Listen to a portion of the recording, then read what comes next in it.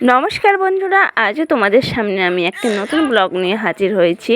তো আজ কোনো কিছুই ভিডিও নয়, আজ আমি আমাদের সিমলাগড়ের মা কালীর সেই ভিডিওটাই তোমাদের সামনে একটু শেয়ার করব। তো আমি গেছিলাম পুজো দিতে, তো তোমরা দেখতে থাকো ভিডিওটা, তোমাদের সকলটাই ভিডিওটা দেখাবো। তো আমি দেখো পুজোর জিনিস নিয়ে তোমাদের সামনে হাজির হয়েছে। এই যে আমার পুচকু বাবাটা, এই দেখো আমি পুজো দেব বলে পুজোর জিনিস নিয়ে হাজির হয়েছি। এই দেখো, তো এবার যাচ্ছি পুজো দিতে। আমার এই যে দেখো তোমাদের দেখিয়ে দিলাম, আমি প্রথম থেকেই যাচ্ছি। এই দেখো পুজো মা কালীর সামনে পুজো দিতে যাচ্ছি আমি। এই সিমলাগড়ের কালীবাড়ি মা তোমরা সকলেই জানো, অনেক জাগ্রত, মন থেকে চাইলে তার সময় সকলের ইচ্ছা পূরণ করে। তো আমিও গেছিলাম, আমার পুচকু সোনাটাকে মায়ের কাছে শুইয়ে দিলাম, তার বেদি ছুঁয়ে তার মাথায় আমি বারবার দিচ্ছিলাম। তো তার ভাই যাতে আমার সন্তানটা খুব ভালো থাকে, আমার সন্তানদের ভালোর জন্য আমি সবসময় মা কালীর কাছে ছুটে যাই। তো এই দেখো আমার বড় বাবাটা প্রসাদটা খাবে বলে ব্যস্ত ছিল। এই যে মা কালীর মূর্তিতে যতবারই দেখি ততবারই মন ছুঁয়ে যায়।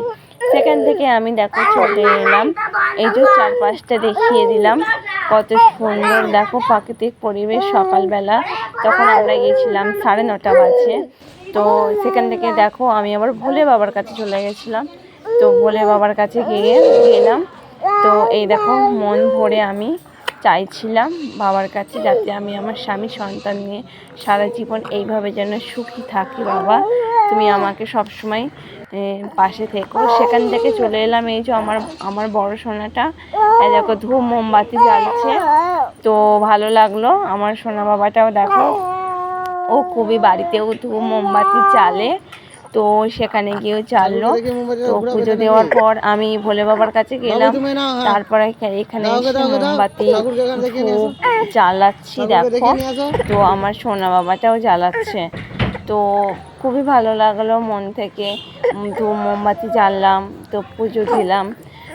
যখনই আমার মনে কোনো কষ্ট হয় বা কোনো কিছু জীবনের শুরু জিনিসগুলো ঘটে, তখনই কিন্তু আমি সিমলাগড়ে কালীবাড়ি মন্দিরের কাছে চলে যাই।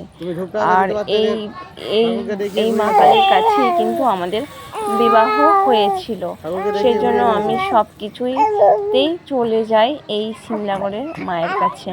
দেখো আমি তো ওইদিকে জ্বালছিলাম, কিন্তু একজন এসে সবই নিভিয়ে দিচ্ছিল, তারা ওই মোমবাতিগুলো নেবে বলে।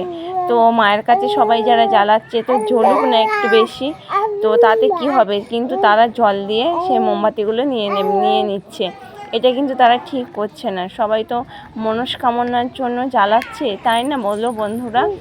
তো সেখান থেকে আবার মা কালীর কাছে চলে এলাম, সেখানে আবার মাকে ধূপ দেখালাম। তো সবাই এদিকে দেখো ফটো তুলছে। তো আমিও মাকে দেখিয়ে তারপর চলে গেলাম আবার সেই জায়গায় যেখানে ধূপ মোমবাতি জ্বালাই, সেখানে গিয়ে জ্বালালাম। দিয়ে তারপর দেখো তারপর সেখান থেকে আমি চলে এলাম, চারপাশটা একটু দেখিয়ে দিলাম। তো মন থেকে এই দেখো তারা কিন্তু মোমবাতিগুলো দেখো সব তুলে নিচ্ছে, কিন্তু তারা ঠিক করছে না। সকলে মোমবাতি কষ্ট করে মনস্কামনার জন্য তারা জ্বালছে, কিন্তু শেষ পর্যন্ত না হতেই তারা কিন্তু সব তুলে নিচ্ছে। তো ভিডিওটা ভালো লাগলে পাশে থেকো।